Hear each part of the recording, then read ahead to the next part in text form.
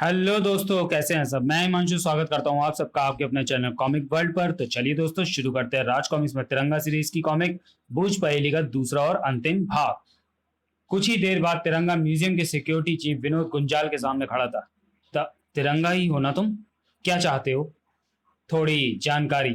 प्राचीन मूर्तियों के बीच उन्हीं जैसी यांत्रिक मूर्तियां म्यूजियम में कैसे पहुंची? मुझे नहीं मालूम। तो तुम चले जाओ यहां से। पसीने से भर गया तुम्हारा चेहरा झूठे होने की चुगली खा रहा है गुंजाल। मेरे सवालों का सीधी तरह से जवाब दो, नहीं तो तुम्हारे हलक में हाथ डालकर बाहर निकालूंगा उस जवाब को। तिरंगा के बर्फ की मानिंद ठंडे स्वर ने विनोद गुंजाल की रीढ़ की हड्डी में सिरहन दौड़ा दी। ऐसे में उसकी जुबान पर लगा ताला खुलना ही था। वो वो वो अपने आप को बूझ पहेली कहता था। उसने मेरी लड़की को किडनैप करके मुझे वह सब करने के लिए मजबूर किया। मैं कसूरवार हूँ। तुम मुझे जो चाहे सजा दे सकते हो। मैं एक सिक्योरिटी चीफ को तो सजा दे सकता था मिस्टर गुंजाल, मगर एक बाप को नहीं। मुझे अपने बेटे से मिलवाओ। अगर मैं उसकी मदद से बूझ पहेली तक पहुंच सका तो शायद तुम्हारे अपराध की भरपाई हो सके। कुछ ही देर में तिरंगा विनोद गुंजाल के बेटे विशु से बात कर रहा था।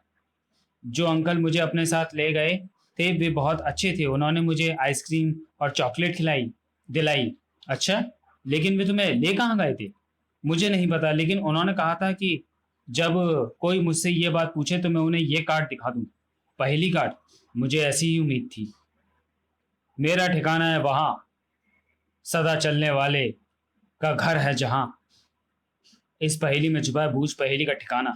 लेकिन बड़ी अजीब सी है यह पहेली। भला कहीं सदा चलने वाले का भी कोई घर होता है? होता है। सदा सिर्फ समय चलता है और उसका भी घर होता है, और उस घर को दुनिया कहती है घंटा घर। खूब, बहुत खूब तिरंगा।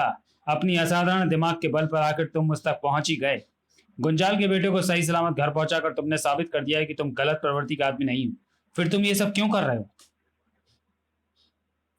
जवाब में भेड़िया से गुर्राया है बूझ पहेली। सही कहा तुमने तिरंगा।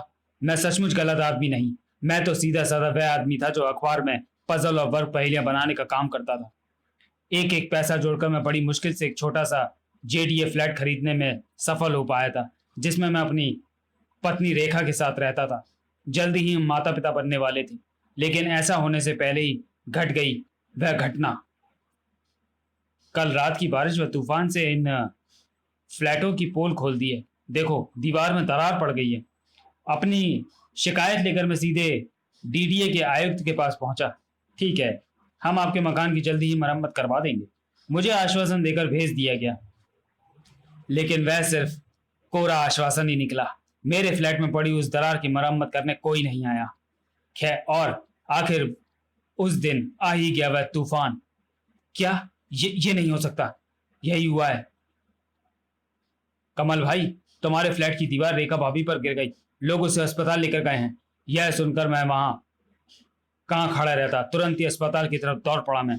अस्पताल में मुझ पर टूटा दुखद खबर का वह पहाड़। मिस्टर कमल, आपकी पत्नी या बच्चे में से हम किसी एक को बचा सकते हैं।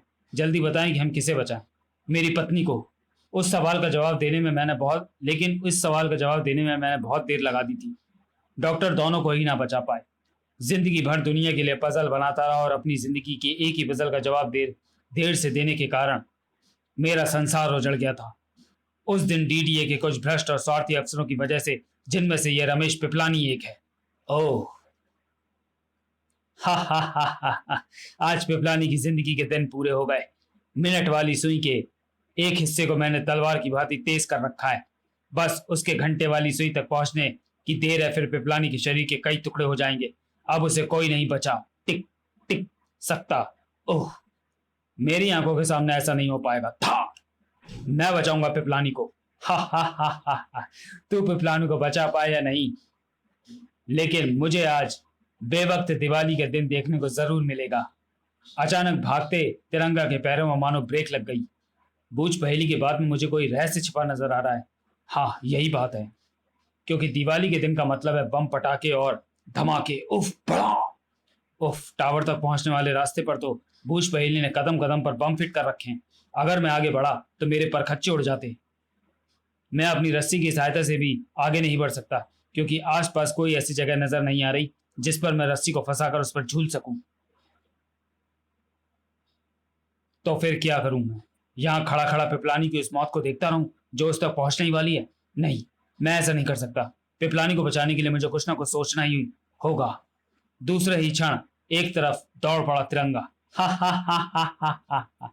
मैं जानता था तिरंगा की मौत देखकर तू इसी तरह दुम दबाकर भाग खड़ा होगा।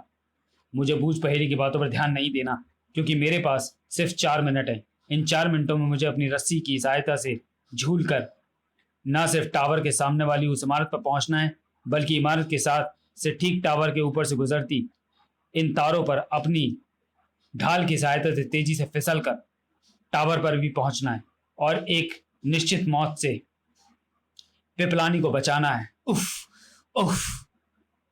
ढाल से वह पिपलानी की तरफ बढ़ती मिनट की सुई को ढकेलता चढ़ा गया। ओह। जी तोड़ प्रयास के बाद पिपलानी को बचा लेने में सफल हुआ तिरंगा। उधर बूझ पहेली अपनी असफलता देख भाग खड़ा हुआ।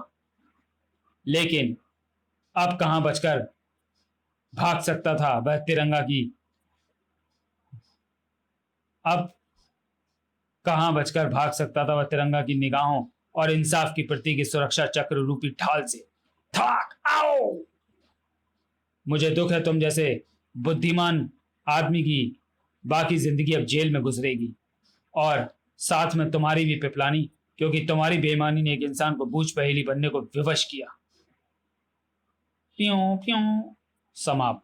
तो चलिए दोस्तों, वीडियो को यहीं समाप्त करते हैं और मिलते हैं तिरंगा सीरीज की अगली कॉमिक्स कहां है तिरंगा में। तब तक के लिए धन्यवाद।